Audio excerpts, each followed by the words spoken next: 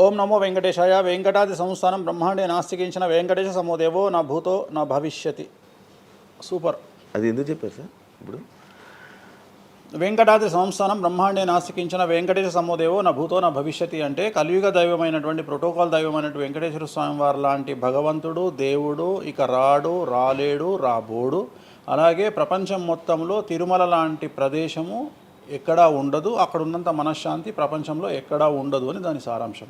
దానికి ఇంటర్వ్యూకి సంబంధం ఏమైనా ఉందా? నేను ఫాలో అయ్యేది శ్రీ వెంకటేశ్వర స్వామిని, కామాఖ్య అమ్మవారిని. సో మనం ఏదైతే జనరల్గా మాట్లాడతామో ఆ మాట్లాడే సందర్భంలో ఈ జనరల్గా నాకు ఇప్పటి వరకు గత 20 సంవత్సరాల నుండి ఏ ఇంటర్వ్యూలో కూడా పేపరు పెన్ను ప్రిపేర్ అవ్వడము, పేపర్లు పెన్నులు పెట్టుకొని వచ్చి కూర్చోవడము అలవాట్లేదు.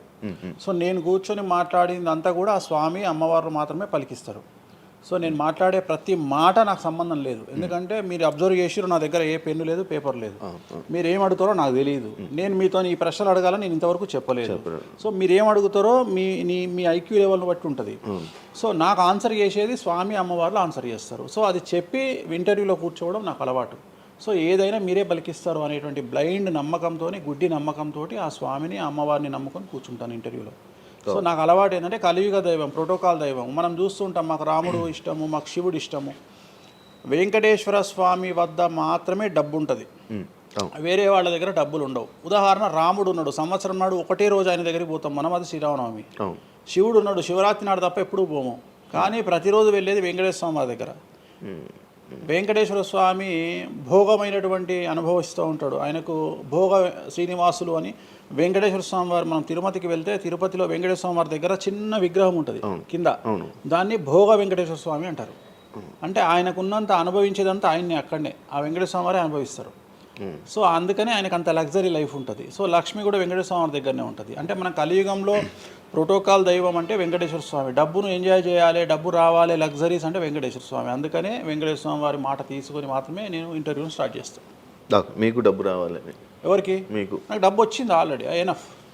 ఎలా వచ్చింది? ఎలా సంపాదించారు? సంపాదించాలనే కసి ఉంటుంది కాబట్టి సంపాదిస్తాం. అంటే నేను ఎలా నమ్ముతా అంటే, ఒక సామెత ఉంటుంది, వీడి జాతకమే బాగుంటే వీడి జాతకాలు ఎందుకు చెప్పుకుంటాడు. సో నా జాతకం బాగుంది అని ప్రూవ్ చేసుకోవడానికి the first ever astrologer, range rover వాడేటువంటి జ్యోతిష్కుడు నేను ఒక్కనే ఇండియాలో. సో అన్ని లగ్జరీస్ లైఫ్లో ఎంజాయ్ చేస్తేనే వేరే వాడికి మనం మాట్లాడేటువంటి రైట్స్ ఉంటాయి అనేటువంటిది ఉద్దేశం నాది. ఓకే, ఎగ్జాంపుల్ చెప్తా. ఒక తండ్రి ఒక 10 ఫోటోలు, ఒక Tendulkar photo, Modi photo, Amit Shah photo, ఒక ప్రముఖ హీరోయిన్ నయనతార ఫోటో, లేకపోతే ఒక రేవంత్ రెడ్డి ఫోటో, చంద్రబాబు నాయుడు ఫోటో, ఇట్లన్నీ తీసుకెళ్ళి పెట్టి ఇంట్లోకి వెళ్ళి తన కొడుకును పిలిచి, ఈ ఫోటోల్లో నువ్వు ఎవరు కావాలనుకుంటున్నావు అని అడిగితే వాడు అక్కడ ఉన్నటువంటి ఫోటోల్లో ఏదో ఒక ఫోటో పిక్ చేసుకుంటాడు. కానీ ఏ కొడుకు కూడా నీలాగా కావాలనుకుంటున్నా నాన్న అని చెప్పాడు. ఆ సిగ్గు వీడికి ఉండదు, అలా పెంచగలిగినటువంటి తత్వం వీడికి ఉండదు. సో నేను ఆ టైపు కాదు. నా కూతురు కానీ నా కొడుకు కానీ నీలాగా పెరగాలి నాన్న, నీలాగా నేను ఒక రోల్ మోడల్ అయితే నాన్న అనిపించుకునేటువంటి పరిస్థితి ఉన్నది. మీ ఫోటో కూడా పెడతారు అక్కడ? పెట్టను, నేను అసలు పెట్టను. నా కూతురే ఇవన్నీ నాకు వద్దు అని ఇట్లా పక్కకు జరిపి నేను నీలాగా తయారవుతా అని చెప్తుంది నా కూతురు. So that is my aim. So aim కదా సక్సెస్. నేను ఇవాళ నా కూతురు నన్ను చూస్తే నా తండ్రి నాకు రోల్ మోడల్ అని చెప్తుంది. రోల్ మోడల్ అని చెప్పాలంటే అన్ని రకాలుగా ఉండాలి. మనము ఒక కూతుర్ని చూసుకునే విధానంలో ఉంటుంది, ఒక భార్యను చూసుకునే విధానంలో ఉంటుంది. అలాగే సామాజికంగా మనం మన కూతురికి ఏమి ఇస్తున్నామో, కొడుకుకి ఏమి ఇస్తున్నామో, సమాజంలోకి వాళ్ళని ఎట్లా వదులుతున్నాము అనేటువంటిది కూడా అది ముఖ్యమైనటువంటి విషయం. సో ఇవన్నిటికీ సంసిద్ధతను వ్యక్తం చేయాల్సినటువంటి పరిస్థితి, వీటిని తయారు చేయాల్సినటువంటి పరిస్థితి నా మీద ఉంటుంది. సో నన్ను ఫస్ట్ ఎవరు కూడా క్వశ్చన్ చేయడానికి వీలు లేదు. అంటే నా దగ్గరకు వచ్చేవాడు, వేణుస్వామి నీ జాతకం బాగుంటే నువ్వు జాతకాలు ఎందుకు చెప్పుకుంటావు. సో ఇప్పుడు నేను ఒక హీరోయిన్ని తయారు చేయాలి అంటే ఎలా తయారు చేయాలో నాకు తెలుసు. అంటే ఆమె జాతకంలో యోగం ఉంటే ఆమెను సూపర్ స్టార్ని ఎలా చేయాలో నాకు తెలుసు, ఒక హీరోని సూపర్ స్టార్ని ఎలా చేయాలో నాకు తెలుసు. సో ఎలా చేస్తారు మీరు? పూజలతోనే అయిపోతారా? పూజలతోనే అయిపోతారు. అంటే వాళ్ళకి టాలెంట్ అవసరం లేదు? వాళ్ళకి టాలెంట్ జాతకం ఉంటేనే అంటున్నా కదా, యోగం ఉంటేనే అవుతారు కదా. జాతకంలో ఉంటుందని ఉంటుంది, ఒకవేళ ఉన్నదని మనకు కనిపించింది. అవును, వాళ్ళకి ఒకవేళ టాలెంట్ లేకపోతే అసలు టాలెంట్ అనేది ఇండస్ట్రీలో ఎవరికీ ఉండదు. Practice makes perfect. ఓకే, దానంత పనికి మాలిన మాట ఇంకోటి లేదు. శివ రాగానే ఫస్ట్ ఇంటర్వ్యూలోనే ఇరగదీయడు. శివ 1వ ఇంటర్వ్యూకు, శివ 100వ ఇంటర్వ్యూకు నక్కకు నాగలో అనుకున్నంత తేడా ఉంటుంది. మరి శివ ఫస్ట్ ఇంటర్వ్యూలోనే టాలెంట్ ఇరగదీసిండా? Practice makes perfect. అంత ఛాన్స్ ఇవ్వట్లేదు కదా ఇప్పుడు ఇండస్ట్రీలో. ఎవరు ఇక్కడికి వచ్చి ప్రాక్టీస్ చేసుకుంటామంటే ఛాన్సులు రావట్లేదు కదా. ఆటోమేటిక్గా టాలెంట్ అనేది మనము ప్లే చేస్తున్న రోల్స్ను బట్టి వస్తుంది. డైరెక్ట్గా అల్లు అర్జున్ గంగోత్రి సినిమాలో చూసిన అల్లు అర్జున్కు, పుష్ప 3లో చూసిన అల్లు అర్జున్కు కోడిపిల్ల లెక్క కళ్ళు తిరిగి కింద పడతాం అందరం. ఆయన హావభావాలు కానీ, ఆయన ముఖవర్చస్సు కానీ, గంగోత్రి సినిమాలో ఉన్నటువంటి అల్లు అర్జున్కు, పుష్ప 3కి. మరి గంగోత్రిలోనే పుష్ప 3 లాగా ఎందుకు లేడు అల్లు అర్జున్ అంటే? మరి అప్పుడు టాలెంట్ లేదా? సో ఇక్కడ ప్రాక్టీస్ మేక్స్ పర్ఫెక్ట్. అంటే కొన్ని పనికి మాలినటువంటి మాటలు మాట్లాడేటువంటి ఎప్పుడో 50 ఏళ్ళ కింద సామెతలను తీసుకొచ్చి రుద్దే ప్రయత్నం చేస్తారు. సో ఇక్కడ టాలెంట్ అనేది పక్కన పెడదాం, అవకాశం ముఖ్యం. నువ్వు టాలెంట్ ప్రూవ్ చేసుకోవాలంటే అవకాశం ముఖ్యం.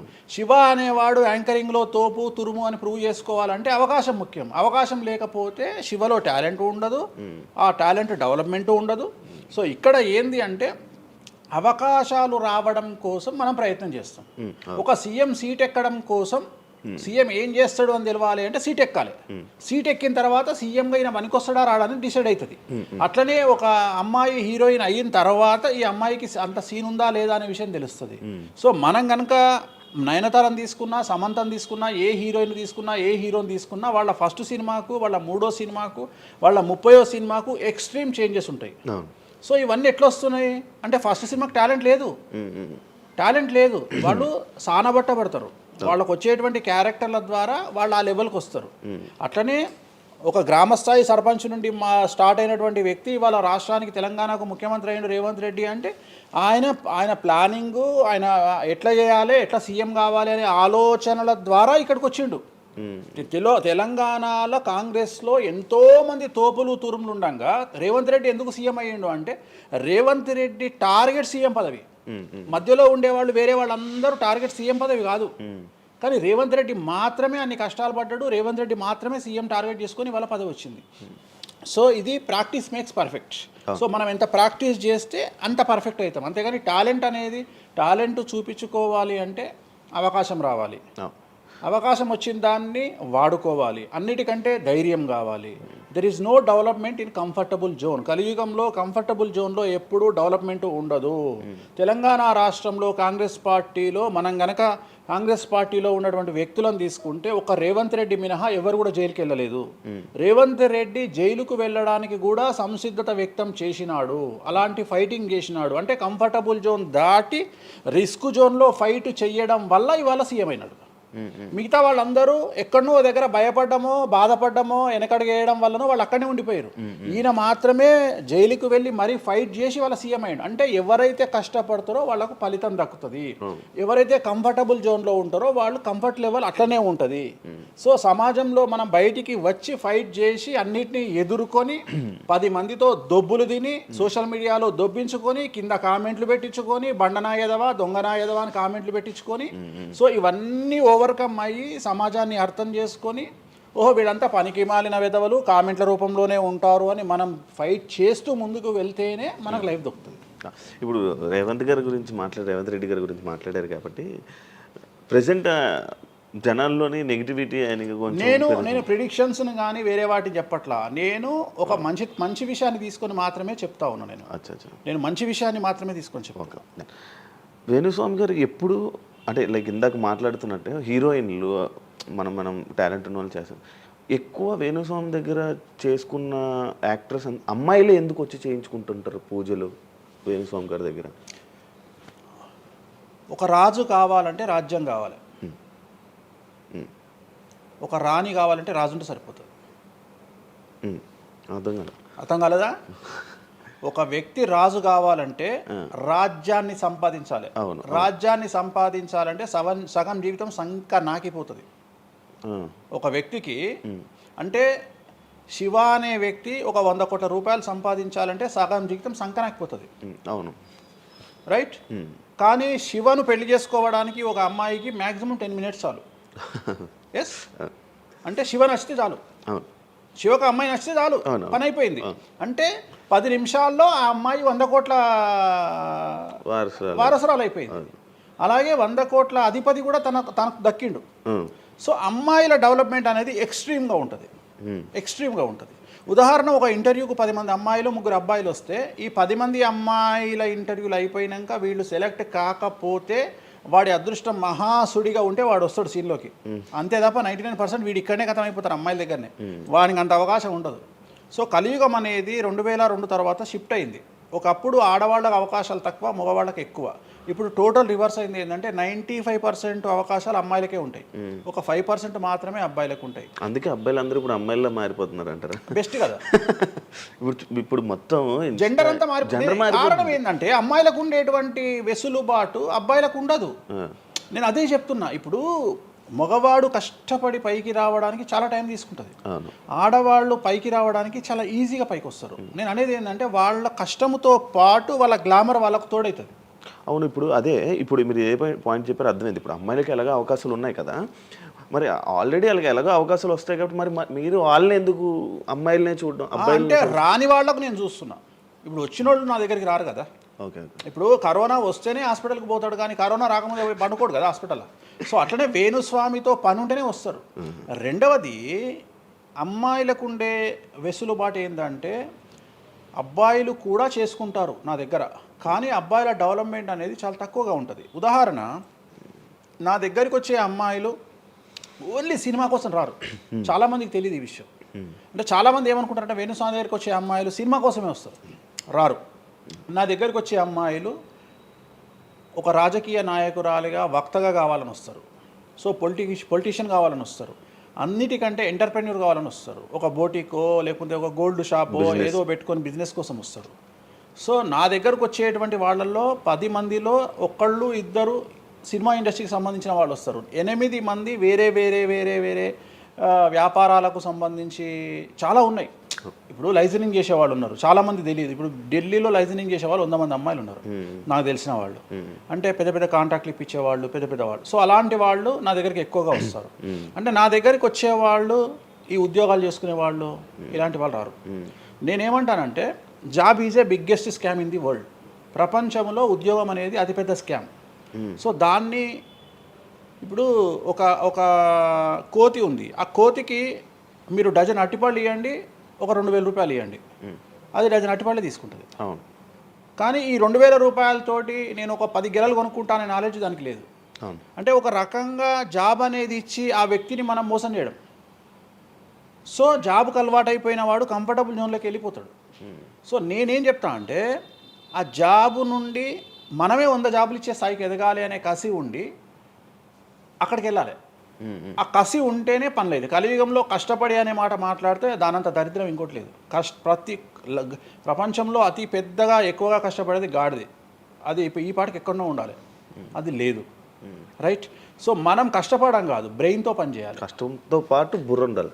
కష్టం అనేది పనిచేయదు. నేను ఏమంటున్నానంటే ఈ ప్రపంచంలో బాగా కష్టపడేటువంటి మనిషి డ్రైనేజీలోకి దిగి పనిచేసేటువంటి సేవకుడు. సో ఆయన పడే కష్టానికి పర్ డే 10 లక్షలు ఇచ్చినా తక్కువనే, కానీ మనం ఆయనకి అట్లా ఇవ్వట్లా. అంటే ఇక్కడ బ్రెయిన్తో పనిచేసే వాడికే డబ్బు మిగులుతుంది. నేను మాట్లాడేది బ్రెయిన్తో. కానీ అమ్మాయిలకు బ్రెయిన్ కంటే కూడా వాళ్ళ అందముతో పనిచేస్తే డబ్బులు దొరుకుతాయి. ఇప్పుడు ఇప్పుడు మనం ఉన్నాం, నువ్వో నేను ఒక ఇన్స్టాగ్రామ్లో పోస్ట్ పెడితే ఎవరు చూడు. అదే ఒక అమ్మాయి పెడితే 2 మిలియన్లు వెళ్ళిపోతుంది. ఇప్పుడు అదే కదా జరిగేది. ఇప్పుడు బెట్టింగ్ యాప్స్లోకి వీళ్ళు ఎందుకు వచ్చారు అంటే వాళ్ళను ట్రాప్ చేసేవాడు కూడా ఈ అమ్మాయిలకు 2 మిలియన్ల ఫాలోవర్స్ ఉన్నారు, కనీసం 1 మిలియన్కు రీచ్ అవుతుంది వీళ్ళ వీడియో అనే ఉద్దేశంతో పెట్టిస్తున్నాడు. సో పెట్టడం ఎందుకు ఏంటి అనవసరం పక్కన పెడితే, వాళ్ళకుండే క్రేజ్, అమ్మాయిలకు ఉండే క్రేజ్ అలాంటిది. నేను అదే చెప్తున్నా, ఆ క్రేజ్ అమ్మాయిలకు చాలా ఈజీగా వస్తుంది. ఎందుకంటే గ్లామర్గా ఉండే అమ్మాయిలు చాలా ఈజీగా జనాల్లోకి వెళ్ళిపోతారు. సో చాలా వాళ్ళకు ఉండే అవకాశాలు చాలా ఎక్కువ. ఇప్పుడు రీసెంట్ మీరు బెట్టింగ్ యాప్ ఇన్ని రోజులు లేని బెట్టింగ్ యాప్, అంటే గత 2 సంవత్సరాల నుంచి ఫైట్ చేస్తున్నారు బెట్టింగ్ యాప్ల గురించి. వీళ్ళు సడన్గా ఇప్పుడు సెలబ్రిటీలు అందరూ బెట్టింగ్ యాప్లు ఇరుక్కుంటున్నారు. సెలబ్రిటీలే కాదు, 2025 సంవత్సరంలో సెలబ్రిటీ అనే ప్రతి ఒక్కడు ఏదో సమస్య ఇరుకుతాడు. అది అల్లు అర్జున్తోనే స్టార్ట్ అయింది. సో జాతకంలో అల్లు అర్జున్ యోగంలో 6వ ఇంట్లో శని, అల్లు అర్జున్ది కన్యారాశి. కన్యా రాశి 6వ ఇంట్లో శనిలో ఉండగా అల్లు అర్జున్ జైలుకి వెళ్ళాడు. సో దానివల్ల ఆయనకు వెంట్రుక ముక్కతో సమానం. ఎందుకంటే తెల్లారు వచ్చి ఆయన టిఫిన్ చేస్తే ఆపలేరు, ఆయన టూర్కు పోతే ఆపలేరు, ఆయన రేపు పొద్దున పుష్ప 3కి 3,000 కోట్లు వసూలు చేస్తుంది, దాన్ని ఎవడు ఆపలేడు. అంటే ఒక వ్యక్తిని జైలుకు పోయి ఇచ్చినంత మాత్రం ఎవడు ఆపలేడు. మహా అంటే బెయిల్ తీసుకొని బయటకు వస్తాం. ఇప్పుడు రేపు పొద్దున ఈ 11 మంది కూడా సరే జైలుకు పోతారా పోరా అంత తీవ్రమైన నేరమా నాకు ఐడియా లేదు. సో వాళ్ళు పోయినా మళ్ళీ 10వ రోజు వచ్చి మళ్ళీ 11 నాడు వాళ్ళు మళ్ళీ స్టేటస్ పెట్టుకుంటారు. దానివల్ల పెద్ద ఒక కొంపల మునిగేది ఏం లేదు. కాకపోతే ఇక్కడ జాతక రీత్యా ఎందుకే ఇప్పుడు జరుగుతుంది అంటే ఎందుకు జరుగుతుంది అంటే ఎవరి జాతకంలోనైతే ఆ ప్రత్యేకమైనటువంటి టైమింగ్ వస్తుందో ఆ టైమింగ్లో ఉండేవాళ్ళు జైలుకు వెళ్ళడమో సమస్యల పాలవడమో మీడియాకి ఎక్కడమో. ఇప్పుడు అందరూ మీడియాకి ఎక్కిన అందరు జైలుకి వెళ్ళరు. సో ఇంకోటి ఏంటంటే ఇప్పుడు ఒకప్పుడు జైలు అంటే భయము, ఇప్పుడు జైలు అనేది క్వాలిఫికేషన్ అంటే జనరల్గా ఇప్పుడు పొలిటీషియన్ అయితే జైలుకు పోగానే సీఎం అవుతారా అనే నమ్మకం వచ్చింది అందరికీ. అట్లనే కొన్ని నమ్మకాలు వచ్చినాయి. ఇప్పుడు అల్లు అర్జున్ పోయి వచ్చిండు, ఏమైంది? సో అదే సినిమా ఇంకా ఆయన అనుకున్న దానికంటే ఇంకా కొద్దిగా ఎక్కువ డబ్బులు వసూలు చేసింది. సో ఇప్పుడు వీళ్ళు కూడా అంతే. కాకపోతే జాతకాల్లో చూసుకోవాల్సింది ఎందుకు ఇట్లాంటివి జరుగుతాయంటే అష్టమ శని అంటే 8వ ఇంట్లో శని వచ్చినప్పుడు, 6వ ఇంట్లో శని వచ్చినప్పుడు, 12వ ఇంట్లో శని వచ్చినప్పుడు, 1వ ఇంట్లో శని వచ్చినప్పుడు, 6వ ఇంట్లో గురువు వచ్చినప్పుడు, 12వ ఇంట్లో గురువు వచ్చినప్పుడు ఇలాంటి సంఘటనలు వ్యక్తిగతమైన జీవితంలో జరిగే అవకాశాలు ఉంటాయి. ఇప్పుడు ఏదైతే కన్యారాశికి ఈ నెల 30 వరకు బ్యాడ్ ఉందో అది తులారాశికి షిఫ్ట్ అవుతుంది 1వ తారీఖు నుండి. అంటే ఏప్రిల్ 1వ తేదీ నుండి రాబోయే 2.5 సంవత్సరాల పాటు తులారాశి సెలబ్రిటీలు ఎవరైతే ఉంటారో వాళ్లకు సేమ్ సంచలనాలు, జైలుకు వెళ్ళడాలు ఇలాంటి సమస్యలు అనేటువంటివి రాబోతున్నాయి. వేణుస్వామి గారు చేసిన తప్పులకి నలిగిపోతూ ఆయన మీద జరుగుతున్న ట్రోల్స్ తీయించడానికి లక్షలు ఖర్చు పెడుతున్నాడనే పబ్లిక్లో టాక్ అనేది నడుస్తుంది. అది ఎంతవరకు నిజం? అసలు పట్టించుకొని అవి ఎంజాయ్ ట్రోల్స్ని ఎంజాయ్ చేస్తారా? ట్రోల్స్ని ఎంజాయ్ చేస్తాను నేను. ట్రోల్స్ని ఎంజాయ్ చేస్తాను నేను. ఎందుకు అంటే నేను నమ్మేది ఏంటంటే any publicity is good publicity అని నమ్మే వ్యక్తి నేను. బ్యాడ్ ఆర్ గుడ్ పబ్లిసిటీ నేను అనే పాయింట్ ఏంటంటే ఒక అంబానీ ఫ్యామిలీ పెళ్లిళ్ళు చేసుకున్నారు, 5,000 కోట్లు ఖర్చు పెట్టి పెళ్లిళ్ళు చేసుకోవడానికి ప్రధానమైన కారణం ఏంది? పబ్లిసిటీ పిచ్చి. వేణుస్వామికి 500 కోట్ల పబ్లిసిటీ ఫ్రీకి వచ్చినప్పుడు ఎందుకు వద్దంటాడు? పిచ్చినా కొడుక వేణుస్వామి అన్నా? కాదు కదా. ఒక ప్రైమ్ టైంలో 7 గంటలకు నేను ఒక ఛానల్లో అరగంట షో కొనాలంటే నాకు కనీసం ₹1,00,000 అవుతుంది. నేను పిచ్చినా కొడుకునా? నాకు వచ్చే పబ్లిసిటీ ఎంత ఎక్స్ట్రీమ్ పబ్లిసిటీ వస్తుంది. నేను ఎప్పుడు బాధపడతా? నా లైఫ్ డిస్టర్బ్ అయినప్పుడు బాధపడతా, నా ఫైనాన్షియల్ రూట్ ఆగిపోయినప్పుడు బాధపడతా. ఇప్పుడు నేను 12వ సంవత్సరంలో సినిమా ఇండస్ట్రీకి వచ్చిన. నా కమాండింగే మీడియా, నా కమాండింగే సినిమా ఇండస్ట్రీ, నా కమాండింగే పొలిటికల్, నా commanding all aspects of life. అలాంటి నేను నా జాతకాన్ని అంటే ఏం తెలియకుండానే బ్లైండ్గా వచ్చి మీడియా ముందర మాట్లాడేసి దొబ్బులు తిని వెళ్ళిపోదాం అనుకుంటున్నా? అంటే నాకంటూ కొన్ని క్లారిఫికేషన్స్ ఉంటాయి కదా. ఇప్పుడు ఉదాహరణ, ఇప్పుడు ఒక వ్యక్తి మీద ఒక లీగల్ అలిగేషన్ వచ్చినప్పుడు వాడు యాంటిసిపేటరీ బెయిల్ తీసుకుందామా, లాయర్ను మాట్లాడుకుందామా, ఏం చేద్దాం అని ఆలోచిస్తాడు కదా. అట్లనే మనం అడవిలోకి వెళ్ళేటప్పుడు టైర్ పంక్చర్ అయితే ఏం చేస్తామని ఆలోచించుకుంటాం కదా. అట్లనే ఒక అడవిలో ట్రావెల్ చేసినప్పుడు మనం ఆలోచించుకొని ట్యాంక్ డీజిల్ ఫుల్ చేయించుకుంటాం కదా. సో అట్లా నాకు ఉండవు ఆలోచనలు. నేను ఆలోచించుకోకుండానే ఇలాంటి పనులు చేస్తున్నా. సో వేణుస్వామిని దెబ్బ కొట్టాలి అన్నా, ఎవరిని దెబ్బ కొట్టాలన్నా ఫైనాన్షియల్గా దెబ్బ కొట్టాలి. బట్ నేను అవకాశం అవతల వాడికి ఇయ్యాను. కారణం ఏంటంటే ఒక ఎలుకలాగానో ఒక పాములాగానో, ఒక ఎలుక కానీ పాము కానీ తన శత్రువుల దాడి నుండి బయటికి రావాలంటే 7 నుండి 8 బొక్కలు చేసుకుంటుంది ఒక హోల్లో. అంటే ఇటు రాడ్ పెడితే ఇటు వెళ్ళిపోతుంది, ఇటు రాడ్ పెడితే ఇటు వెళ్ళిపోతుంది. సో అట్లనే నేను ఒక 4-5 రకాల ఆర్థిక వనరులను ఏర్పాటు చేసుకున్నా. నా మెయిన్ ఇది కాకుండా ఇంకా 4-5 రకాల ఆర్థిక వనరులను ఏర్పాటు చేసుకున్నా. ఈరోజు దుకాణం బంద్ చేయమంటే ఇదే క్షణంలో దుకాణం బంద్ చేసి కాలు మీద కాలేసుకొని నా పనులు నేను చేసుకుంటాను. సో అంత కంఫర్టబుల్ జోన్లో ఉన్నా నేను. సో నాకు టెన్షన్ లేదు. నాకు అంటే నన్ను ఎవడో ఆపేస్తాడు, నేను ఆగేయాలి ఏం లేదు, హ్యాపీగా వెళ్ళిపోతుంది. సపరేట్ బిజినెస్లు ఉన్నాయి నాకు. 190 వ్యాపకాలు ఉన్నాయి నాకు. నన్ను జ్యోతిష్యం నేను 4 నెలలు జ్యోతిష్యం చెప్పుకోకపోతే జ్యోతిష్యం మీద సంపాదించేదానికంటే ఇంకో ₹5 ఎక్కువ సంపాదించుకున్నా. ఇప్పుడు మధ్యలో నేను ఒక 4 నెలలు రెస్ట్ తీసుకొని నాకు వేరే వ్యాపకాలు చూసుకుంటే నాకు ఈజీ, ఎందుకంటే నేను కాన్సన్ట్రేషన్ చేయలేకపోతున్నా. సో ఇప్పుడు నాకు దొరికింది మొన్నటి వరకు, నేను ఆ పని చేసుకున్నా. రెండోది ఉగాదికే కదా నేను మాట్లాడేది, తర్వాత ఏం మాట్లాడతా. రెండోది ఏంటంటే కొన్నిసార్లు మనకు కొన్ని విచక్షణ, కొన్ని జ్ఞానాలు కలుగుతాయి, కొన్నిసార్లు కలుగుతాయి. ఇప్పుడు నాకు కూడా అదే జ్ఞానం కలిగింది. ఎందుకు అంటే ఇక్కడ వాక్యూమ్ నేను కవర్ చేసిన, టాలీవుడ్లో తెలుగులో వాక్యూమ్ కవర్ చేసిన, ఇక్కడ ఏం లేదు. సో నేను వాక్యూమ్ ఇంకా క్లియర్ చేసుకోవాలి, ఇంకా పెంచుకోవాలి అంటే బాలీవుడ్కు పోవాలి, కన్నడ పోవాలి, తమిళ్ పోవాలి.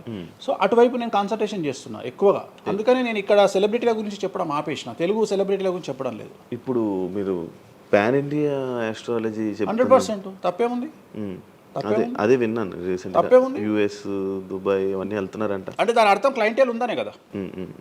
ఇప్పుడు మన యూరప్ పోయి వచ్చిన సరే ఒక పెద్ద విషయంలో వెళ్ళేసి వచ్చిన చెప్పుకోవాలని లేదు, చెప్పను. క్లయింటేల్ ఉంది. ఆస్ట్రేలియాకి రెగ్యులర్గా ఎవ్రీ 3 months ఆస్ట్రేలియా పోతా, ఎవ్రీ 3 months లండన్ పోతా నా క్లయింటేల్కు. తప్పేముంది? అంటే ఉన్నట్టే కదా నేను అనేది, ఉన్నట్టే కదా. ఇప్పుడు విచక్షణ కలిగిన వాడు ఆలోచిస్తాడు. అంటే వేణుస్వామి మీద ఎందుకు వస్తున్నాయి రూమర్స్, ఎందుకు వేణుస్వామిని టార్గెట్ చేస్తున్నారు, నాకు అనవసరం. వాళ్లకు అవసరం ఉన్నోడు ఎంక్వైరీ చేసుకొని నా దగ్గరకు వస్తాడు. నేను ఇంకోటి అందరికి ఒకటే చెప్తా, నా పాజిటివ్ వీడియోల కంటే నా నెగిటివ్ వీడియోలే చూడండి. ఫస్ట్ జనాలు నన్ను ఎక్కిన వీడియోలు చూడండి, నన్ను దొబ్బిన వీడియోలు చూడండి, నా గురించి నెగిటివ్గా పెట్టిన వీడియోలు చూడండి. అప్పటికే మీకు నా మీద నమ్మకం కలిగితేనే నా దగ్గరికి రండి, లేకపోతే రావద్దు. ఫస్ట్ వాటిని ఎంజాయ్ చేయండి, వాటిని ఫుల్ ఎంజాయ్ చేయండి, చేసి నా దగ్గరికి రండి. అట్లాంటి వాళ్ళే నా దగ్గరకు వస్తారు. అవునా? నాకు అదే కావాలి. చెప్పారా? నాకు అదే, నాకు టీవీలో ఎప్పుడు కూడా చెప్తున్నా కదా, వాళ్ళు వచ్చిన వాళ్ళు ఎవరైనా వచ్చిన వాళ్ళు చెప్తారు కదా. ఇప్పుడు ఉదాహరణ ఏమంటారు అంటే, ఇప్పుడు కామాఖ్య ఉంది, కామాఖ్యకి వెళ్తే ఇప్పుడు ఎవరో ఒకళ్ళు పబ్లిసిటీ చేసిరు, కామాఖ్యలో నాన్ వెజ్ ఉండదు, లిక్కర్ ఉండదు అని చెప్పి పబ్లిసిటీ చేసిరు. చెయ్యంగానే నా కామాఖ్య మెట్లెక్కగానే కనిపించేది నాన్ వెజ్, కామాఖ్య మెట్లెక్కగానే కనిపించేది లిక్కరు, గర్భగుడిలో ప్రదర్శనం చేస్తున్నంతసేపు మనకు కనిపించేది నాన్ వెజ్, లిక్కరు. సో అక్కడికి ఇప్పుడు ఎగ్జాంపుల్ చెప్తా. ఇప్పుడు శివ అనే వ్యక్తి కామాఖ్యకి ఇంతవరకు వెళ్ళలేదు.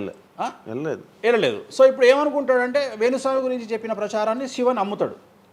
నాకు అదే కావాలి, ఇప్పుడు నమ్మడమే కావాలా. కానీ శివ నెల తర్వాత కామాఖ్యకి వెళ్తాడు.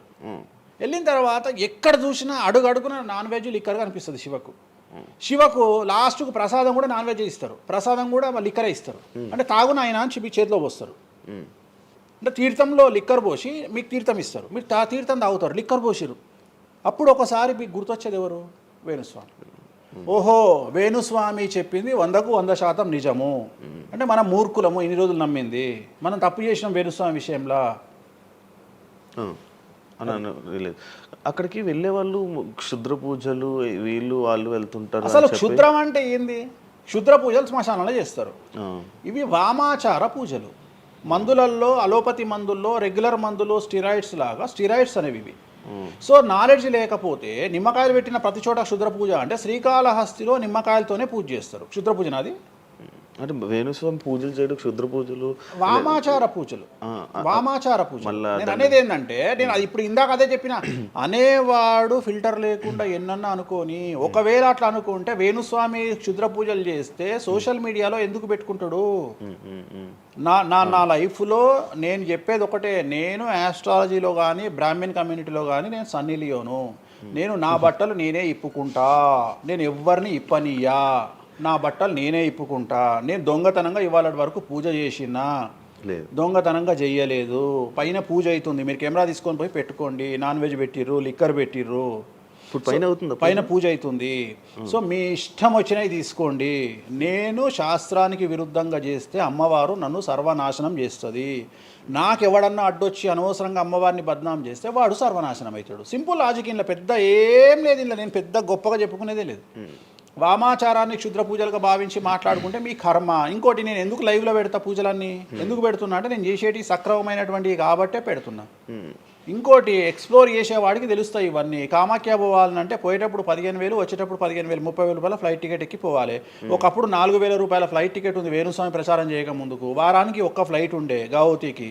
ఇవాళ ప్రతిరోజు పోవడానికి 3 ఫ్లైట్లు, రిటర్న్ రావడానికి 4 ఫ్లైట్లు వేణుస్వామి వల్ల ఏర్పడ్డాయి. ఇవాళ తెలుగు, మీరు కామాఖ్య టెంపుల్కి వెళ్తే ప్రతి 10 మందిలో 5 తెలుగు వాళ్ళే ఉంటారు, కర్ణాటక వాళ్ళు ఉంటారు, తమిళ వాళ్ళు ఉంటారు. సో ఇంత స్ప్రెడ్ అయింది కామాఖ్య. సో రెండవది, తెలియకుండా మాట్లాడే వాళ్ళ గురించి నేను మాట్లాడా, ఎక్స్ప్లోర్ చేసి మాట్లాడే వాళ్ళ గురించి నేను మాట్లాడతాను. మీరు కామాఖ్యకి వెళ్తే ఇప్పుడు గోవాలో ఏముంటుంది? ఉంటుంది. ఉదాహరణ, బ్యాంకాక్ అనగానే ప్రతి నా కొడుకు మాట్లాడేది ఏంది? మసాజ్. హైదరాబాద్ కంటే గొప్పగా ఉంటుందా బ్యాంకాక్? నాకు తెలియదు. ఇండియా కంటే గొప్పగా ఉంటుందా బ్యాంకాక్? మరి ఇప్పుడు అట్లాంటప్పుడు ఆడవాళ్ళు ఎందుకు పోతున్నారు? ఇప్పుడు బ్యాంకాక్కు ఆడవాళ్ళు విపరీతంగా పోతున్నారు. అంటే బ్యాంకాక్లో మసాజ్ కాకుండా బీచెస్, వైట్ శాండ్ బీచెస్ చాలా ఫేమస్, ఫ్రూట్స్ ఫేమస్, చెట్లు ఫేమస్, ఎంటర్టైన్ చేసే ప్లేసెస్ చాలా. అంటే మూర్ఖులు, నాలెడ్జ్ లేనోళ్ళు బ్యాంకాక్ గురించి తప్పుగా మాట్లాడతారు. అట్లనే మన దగ్గర పెద్దాపురం ఉంది. పెద్దాపురం గురించి అదేనా ఇక దాని అర్థం? పెద్దాపురంలో బుట్ట భోజనం చాలా ఫేమస్. నేను ఎక్కడికి వెళ్ళిపోయాను. పెద్దాపురం అని ఉంది, బుట్ట భోజనం ఉంది. పెద్దాపురంలో బుట్ట భోజనం నాకు ఇష్టము, కొంతమందికి వేరే ఇష్టం. అంటే నేను అనేది ఏంటంటే మీ ఇష్టం వచ్చినట్టు ఇప్పుడు చిలకలూరుపేట అని పేరు, అంత మాత్రం తప్పు పడతామా? అంటే మూర్ఖపు వేదవాళ్ళు మాట్లాడే మాటలకు నేను తీసుకోవాల్సినటువంటి పని నాకు లేదు. రెండవది, కాదేది విమర్శకు అనర్హం. అంటే వేణుస్వామి దగ్గర విషయం ఉంది, వేణుస్వామి సెలబ్రిటీ కంటెంటు, లేదా వేణుస్వామిని ట్రోల్ చేసినా, వేణుస్వామిని తిట్టినా, వేణుస్వామి గురించి సబ్జెక్టు పెట్టినా, కనీసం మనకు ఒక వీడియోతోని ఒక 5 జీతాలు వెళ్తాయి అనేటువంటి నమ్మేటువంటి ప్రజల గురించి నేను మాట్లాడను. ఎందుకంటే నా వల్ల వాళ్ళ జీతాలు వెళ్తున్నప్పుడు నేను సంతోషపడతా. నా వల్ల జీతాలు వెళ్తున్నప్పుడు నేను ఎంత తిడితే నాకు అంత ఆనందం. ఎందుకంటే వేణుస్వామి మంచోడు అని చెబితే ఎవడు చూడడు. వేణుస్వామిని తిడితే 5 లక్షలు చూస్తారు. 5 లక్షలు అంటే కనీసం 30,000 రూపాయలు. అంటే నాకు తెలియదు సరిగా, ఒక జీతం వెళ్ళిపోతుంది కదా. సో నేను అనే పాయింట్ ఏంటంటే, నన్ను తిడితే నేను అసలు బాధపడను, నన్ను తిడితే నేను సంతోషపడతా. కారణం ఏంటంటే అట్లీస్ట్ ఆ వీడియోతోని నన్ను ఒక 1000 మంది అన్న గుర్తుపడతారు. ఇప్పుడు ఆస్ట్రాలజీ పరంగా నాకుండే గుర్తింపు నాకుంది, నేను కాదనను. కానీ ఇంకా నా గుర్తింపు నేను పెంచుకోవాలంటే ఎట్లా పెంచుకుంటా, నాతో అయిపోయింది. ఇంతకంటే నేను ఏం చేయలేను. ఇక నేను మ్యాక్సిమం చేసేసిన ఆస్ట్రాలజీలో. ఇప్పుడు వేణుస్వామి అంటే సౌత్ ఇండియాలో వేణుస్వామి అనగానే ఆస్ట్రాలజీ పేరు వస్తుంది, ఆస్ట్రాలజీ అనగానే వేణుస్వామి వస్తుంది. ఎవడు అవునన్నా కాదన్నా నేనే మార్గదర్శకం, దీంట్లో అనుమానమే లేదు. కానీ ఇంతకంటే నాకు ఇంకేదో కావాలి అంటే నేను డబ్బులు, ఇప్పుడు మీరు నా దగ్గరకు వచ్చిర్రు, ఎక్కడైనా నా నేమ్ ప్లేట్ మీరు చూసిరా? చూడలేదు. నా ఫోటో కనిపిస్తుందా మీకు నా ఆఫీస్లో? లేదు. అది నా రేంజ్, అది నా రేంజ్. నాకు విజిటింగ్ కార్డు ఉండదు, నాకు విజిటింగ్ కార్డు ఉండదు, నాకు నేమ్ ప్లేట్ ఉండదు, నాకు నా ఫోటో ఉండదు ఎక్కడ. అమ్మవారి ఫోటోలు, వెంకటేశ్వర ఫోటోలు తప్ప నా పర్సనల్ ఫోటోలు నేను ఎక్కడ పెట్టుకోను. మీరు నన్ను వేణుస్వామి కాదు ఎల్లయ్య అన్న నేను యాక్సెప్ట్ చేస్తాను. ఒకవేళ ఒక రోజు యాంకరింగ్లో ఒక ఆమె ఏం చేసిందంటే, అమ్మాయి ఇంటర్వ్యూ చేయబోతూ వేణుస్వామి కాకుండా ఏదో కొత్త పేరు చెప్పింది, కొత్త పేరు చెప్పి భయపడ్డది. అంటే నేను ఫ్లోలో చెప్పేసి భయపడ్డది. స్వామి తప్పు చెప్పినా అంటే నీ ఇష్టం వచ్చిన పేరు చెప్పుకోపో అన్న. జనాలకైతే నేను వేణుస్వామి అని తెలుసు కదా. ఇప్పుడు వేణుస్వామి బొమ్మేసి పుల్లయ్య అంటే అయితే వేణుస్వామి అనుకుంటారు కదా జనాలు. నేను అనేది అది. సో నాకు ఎంత విమర్శ చేస్తే ఐఎమ్ ఫీల్ హ్యాపీ. అంటే మీ గురించి మీరు అంత క్రియేట్ జనాల్లో అందరికీ తెలుసు, అంత ఉంది ఆల్రెడీ. నేను మౌత్ పబ్లిసిటీని నమ్ముతా. మౌత్. రెండవది సింపుల్ లాజిక్. తెలుగు జనాలు అంత పిచ్చోళ్ళ, ఎక్కడ ఎవరి గురించి నెగిటివ్ పడుతుంది, ఏం పడుతుంది, ఎందుకు పడుతుంది, దీని వెనకాల ఏం జరుగుతుంది అని ఆలోచించలేనంత చవటలో నేను అనుకోను. ప్రతి యాడ్ను క్షుణ్ణంగా పరిశీలిస్తారు, ప్రతి టీవీలో టెలికాస్ట్ అయ్యే ప్రతిదీ క్షుణ్ణంగా పరిశీలిస్తారు, దీని వెనక వీళ్ళ మోటో ఏంది అనేది కూడా ఆలోచిస్తారు. సో చాలా సింపుల్గా అనలైజ్ చేస్తారు. సో అంత మాత్రాన నాకు వచ్చేదేముంది, జనాలు ఒకటి నన్ను విమర్శించేవాడికి లేదా నన్ను శత్రువుగా భావించేవాడు ఆ 2 రోజులు మంది ఎక్కువ తాగుతాడు, 2 పెగ్గులు, అంతకుమించి వాడు వీకేది ఏం లేదు. రెగ్యులర్గా తాగే మందు కంటే 2 పెగ్గులు ఎక్కువ తాగుతాడు, 2 ముక్కలు ఎక్కువ తింటాడు. ఎందుకంటే అబ్బా వేణుస్వామికి ఏదో అయిపోయింది అని. కానీ అంతకుమించి జరిగేది ఏముంటుంది, వేణుస్వామి మర్డర్ చేసినా, మానభంగం చేసినా రాజ్యాంగానికి అతీతంగా లోపలికి పోతాడు. అది కాకుండా 19(1) ప్రకారమే ఎవరికైతే జనాలకు స్వేచ్ఛ మాట్లాడే హక్కు ఉందో దాన్ని బేస్ చేసుకుని వేణుస్వామి మాట్లాడతాడు తప్ప వేణుస్వామి రాజ్యాంగాన్ని మీరి ప్రవర్తించేటువంటి పరిస్థితి లేదు. రాజ్యాంగానికి లోబడి ప్రవర్తిస్తాడు. సో ఆర్టికల్ స్పీచ్ 19(1) ప్రకారమే మాట్లాడతాడు. దీంట్లో ఎటువంటి సమస్యలు లేదు. నా వృత్తి ఆస్ట్రాలజీ, సో పర్ఫెక్ట్గా మాట్లాడుకుంటా. కానీ నా గురించి నెగిటివ్గా మాట్లాడే వాళ్ళు ఎప్పుడు కూడా నా శ్రేయోభిలాషలే. ఎందుకంటే వాళ్ళు నా స్థాయిని పెంచుతూ ఉన్నారు కాబట్టి నేను వాళ్ళని ఎప్పుడూ శత్రువులుగా భావించను. వేణుస్వామి గారితో డేంజర్ అంటే మిగతా కొంతమంది బ్రాహ్మణ లైక్ పంతులు కానీ వీళ్ళు కానీ చెప్పేది ఇది, వేణుస్వామి గారి డేంజరు ఆయన్ని ఒకవేళ ఏమైనా అంటే మళ్ళీ ఆయన పూజలు చేసి మనం నాశనం అయిపోయేలా ఇది కూడా ఆయన చేయగలడు, పవర్స్ ఉన్నాయి. నమ్ముతున్నట్టే కదా, అంటే నాకు వర్తుందనే కదా. అలా అర్థం కాదు, వర్తున్నట్టే కదా. ఇప్పుడు వర్త్ లేకపోతే ఫీల్ కావాలి. భయపడుతున్నారంటే నమ్ముతున్నట్టే కదా. సబ్జెక్ట్ ఉందని నమ్ముతున్నారు కదా. ఓకే ఓకే, పవర్స్ ఉన్నాయి, పవర్స్ నమ్ముతున్నారంటే సబ్జెక్టే కదా. అది తప్పేం లేదే దాంట్లో, దాని తప్పేం లేదు కదా. అంటే నా దగ్గర పవర్స్ నమ్ముతున్నారు కదా, ఇట్ ఈస్ ప్రూవ్డ్ కదా. నేను అనే పాయింట్ ఏంటంటే, నేనేదో జనాల్ని ఉద్ధరిస్తా, నేనేదో జనాలకు పూజలు చేసి వాళ్ళను మంచి చేస్తా అనుకున్నప్పుడు ఫస్ట్ అడిగే క్వశ్చన్ ఏంటంటే, రేపు ఇచ్చినాయాలా నీకు వచ్చిన సమస్యలు క్లియర్ చేసుకోరా అంటారు ఫస్ట్. మరి నా సమస్యలను క్లియర్ చేసుకుంటా కదా. లాజికా కాదా? చేస్తారా నిజంగా? నేను అడిగే పాయింట్ మీకు అర్థం కాలా? అర్థమైంది. నేను చెప్తున్నది ఒకటి, నీకు అర్థమవుతున్నది. నాకు ఒక న్యాయపరమైన చిక్కు వచ్చినప్పుడు దాని నుండి బయటపడడానికి నేను పూజలు చేసుకుంటానా చేసుకోనా? మరి వాటి ద్వారానే కదా నేను జనాలకి ఇప్పుడు నీకు ఏదన్నా ప్రాబ్లం వచ్చి రేపు పొద్దున వేణుస్వామి గారు నాకు ఈ సమస్య వచ్చింది అంటే సమస్య మీరు ఎప్పుడు నమ్ముతారు నన్ను? మీరు చేశాక అది మీరు నేను బయటపడ్డప్పుడు నమ్ముతారు. అదే మీ సమస్యల నుంచి మీరు బయటపడ్డాక జనాలు నమ్ముతారు. అర్థమైంది. బట్టతల పెట్టుకొని నేను వెంట్రుకలు మొలిపిస్తాను టీవీలో యాడ్ ఇస్తే అమనా బూతులు తిడతారు. అరే నీకే గుండు మీద ఎంటికలు లేవు నువ్వేం మొలిపిస్తావురా అని. అట్లనే నేను కూడా నా స్టామినా ఏందో జనాలకు తెలియజెప్పాలి అంటే నేను నా సమస్యల నుండి బయటపడ్డప్పుడే కదా ఎదుటి వ్యక్తికి చేసే రైట్స్ నాకు ఉంటాయని చెప్తున్నా. అంటే ఇప్పుడు మీకు వచ్చిన సమస్యల నుంచి మీరు బయటపడ్డారు, మీకు మీరే పూజ చేసుకున్నారు. ఎందుకు చేసుకోవు? నా జాతకాన్ని నేను విశ్లేషించుకుంటా కదా.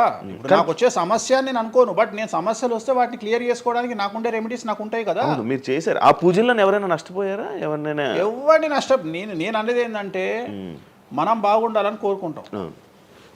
ఇంకోటి ఏంటంటే ఫస్ట్ నేను శత్రువుగా భావించాలి కదా. నేను అంత దూరం ఆలోచించాను. నేను ఎదుటి వ్యక్తిని శత్రువుగా ఎప్పుడు భావిస్తా అంటే వ్యక్తిగతంగా వచ్చి నన్ను కొట్టినప్పుడు నేను భావిస్తా. అంటే నా గురించి చెడుగా మాట్లాడడం అనేది నాకు శత్రువు కాదు. ఎందుకంటే వాళ్ళ వృత్తి అది. అది బోల్డ్ మంది మాట్లాడతారు అందరితో, అందరూ శత్రువులు. నేను అదే అంటున్నా. ఇప్పుడు ఇదే వీడియో కింద మళ్ళీ పెడతాడు ఎవడో, మళ్ళీ వచ్చిన వారా పంది అని పెడతాడు. ఇప్పుడు నేను వాడిని ఇల్లు ఎత్తుక్కుంటూ పోవాలా? నేను వాడిని నాకు కనీసం లక్షల్లో క్లయింటేల్ ఉంటుంది. ఈ వీడియో కింద తిడితే తిడితే ఒక 10 మంది తిడతారు. ఈ 10 మంది అలవాటు అయిపోయి, అలవాటు కాదు, కలియుగ ధర్మము. నేను చాలా ప్రాక్టికల్గా ఉంటా. నేను లేకపోతే ఎంత దమ్ము ఉంటే ధనిష్టల నేను వచ్చి మందు తాగుతా నాన్ వెజ్ పెడతా అని చెప్పుకోవాలంటే చాలా విషయం ఉండాలి, మామూలు విషయం కాదు. ఈ కమ్యూనిటీలో తట్టుకోవాలి. అందుకనే నేనేమంటున్నా, ఒక బ్రాహ్మడు అనగానే ఇప్పుడు ఉదాహరణ ఒక పెద్ద పూజారు ఉన్నాడు ఏ గుడికి, ఆ పెద్ద పూజారిని టార్గెట్ చేయాలంటే ఫస్ట్ టార్గెట్ చేసేది నాన్ వెజ్ తింటాడు, లిక్కర్ ముట్టుకుంటాడని చెప్తారు. అందుకని నేనే నా బట్టలు ఇప్పేసుకుంటున్నా. అవకాశం లేదు అంటే నేను ఆల్మోస్ట్ ఆల్ అండర్వేర్తో సహా అన్ని ఇప్పేసిన. ఒకవేళ నేను అండర్వేర్ ఉంటే అదన్నా లాగుదామని ఎవడో వస్తుండే, నేను అది కూడా ఇప్పేసిన. ఇంకేముంది నా నాయన నన్ను ఇప్పడానికి? నా దగ్గర ఏం లేదు కదా. ఇప్పుడు నువ్వేమైనా కొత్తవి చూపిస్తే ఏం చూపిస్తావు? నువ్వేం చూపిస్తావు? సుప్రీంకోర్టు ఇచ్చిన ఆర్డర్ ప్రకారం నేను వేరే అమ్మాయితో పడుకున్నా, అమ్మాయితో ఇష్టంతో పడుకుంటే అది కూడా నాకేం తప్పు లేదు. ఇంకా నువ్వు నాకు ఏం చూపిస్తావు? నేను ఎప్పుడన్నా నేను సామాజికానికి వ్యతిరేకంగా చేసినప్పుడు, శాస్త్రానికి వ్యతిరేకంగా చేసినప్పుడు నువ్వు నా గురించి వ్యతిరేకంగా చూపిస్తావు. అంతే తప్ప నా దగ్గర ఏమున్నాయని చూపిస్తావు? నేను చచ్చే వరకు చూపించలేవు. నేను నన్ను బొందబెట్టే వరకు, నన్ను తగలబెట్టే వరకు నేను తప్పు చేసినా చూపించలేవు. నేను చెయ్యను. మీరే చెప్పేసుకుంటున్నా. నేనే చెయ్యను. నేను ఇప్పుడు పైసలు లేనివాడు, పైసలు పోగొట్టుకున్నవాడు బెట్టింగ్లోకి పోతాడు. లేదా ఇప్పుడు కొత్త వ్యవహారాలు ఉన్నాయి. ఒకడేమో నిధులు దొరుకుతాయని పోతాడు, ఒకడేమో రైస్ పుల్లర్ అని పోతాడు. ఇవన్నీ ఏం కావని తెలుసు, మనకు తెలుసు, వాడికి తెలియదు. వాడు మానసికంగా వీక్ కాబట్టి వాడు సొంతంగా డబ్బులు దొంగతనంగా నాకు అవసరమే లేదురా నాయన. నాకు వేరే వ్యాపకాల నుండి డబ్బులు వస్తున్నప్పుడు లంగ పని చేసే అవకాశం నేనెందుకు చేస్తా? నాకు అవసరమే లేదు. నన్ను లంగ పని చేయమని చెప్తే నేను చెయ్య. నాకు వద్దు. నేను లంగ పని చేసే సవ్వాలే లేదు, నాకు అవసరం లేదు. రెండోది ఏంటంటే నా దగ్గరికి రానంత వరకే నా గురించి నెగిటివ్గా మాట్లాడతారు. ఒక్కసారి నా ఆఫీస్లోకి ఎంటర్ అయ్యారు అంటే వానికే అర్థమైపోతుంది, నీ అమ్మాయి కుల్లా ఉన్నాడు రా నాయన, ఈయనతో వేస్ట్, ఈయన దగ్గర ఏం దొరకదు. రెండవది, ఇవాళ ఎక్కడ పడితే అక్కడ కెమెరాలు పెట్టుకొచ్చేటువంటి స్థాయిలో ఇది మనకు సైన్స్ పెరిగింది. ముక్కు పుల్లలు కూడా పెట్టుకొస్తారు, చౌకమ్మలు కూడా పెట్టుకొస్తారు. నేను లంగ పని చేస్తే కూర్చొని 2 నిమిషాలు దొరకబట్టి టెలికాస్ట్ చేస్తారు. కానీ మాటలు ఉన్నాయి, క్లారిటీ సాక్ష్యం లేదు. ఇక మరి ఏం చేస్తా నేను? పోనీ నేను అందరిలాగా దాచిపెట్టే మనిషిని కాదు, దొంగతనంగా లంగపనంగా డోర్లు అన్నీ కుల్లా ఉన్నాయి. మీరు ఎక్కడికొచ్చినా మాట్లాడి నా ఆఫీస్లో ఏమైనా చేయండి, ఓపెన్గా పూజలు చేస్తా. ఇంకోటి వేరేటోడు పెట్టే కానీ నేనే పూజ పెడుతున్నా. ఇంకోటి రెండోది, బాటిల్ కూడా నా చేతిలో పట్టుకొని అమ్మవారికి నైవేద్యం చేస్తున్నా. పోనీ నేను బాటిల్ దొంగతనంగా ఇది మందు బాటిల్ కాదు అని చెప్తలేను, blue label bottle, royal salute bottle నేనే పోసి మరి అమ్మవారికి నైవేద్యం చేస్తున్నా. ఇంకా ఎక్కడనే దాపరికం ఉంది? ఇంకా బాటిల్స్ కూడా కాస్ట్లీ, అంటే పెద్ద గెస్టులకే అవి పెద్ద వాళ్ళ విఐపి రేంజ్ని బట్టి పెడతాం. నార్మల్ వాళ్ళు వస్తే వాళ్ళకి తగ్గట్టి వాళ్ళ ఇష్టం. ఇప్పుడు ఉదాహరణ బాలయ్య బాబు చేస్తే మ్యాన్షన్ హౌస్ పెడతాం. కొంతమంది ఎన్ఎస్సి, ఇప్పుడు ఎన్ఎస్సి అంటే ఇప్పుడు ఉదాహరణ వాడు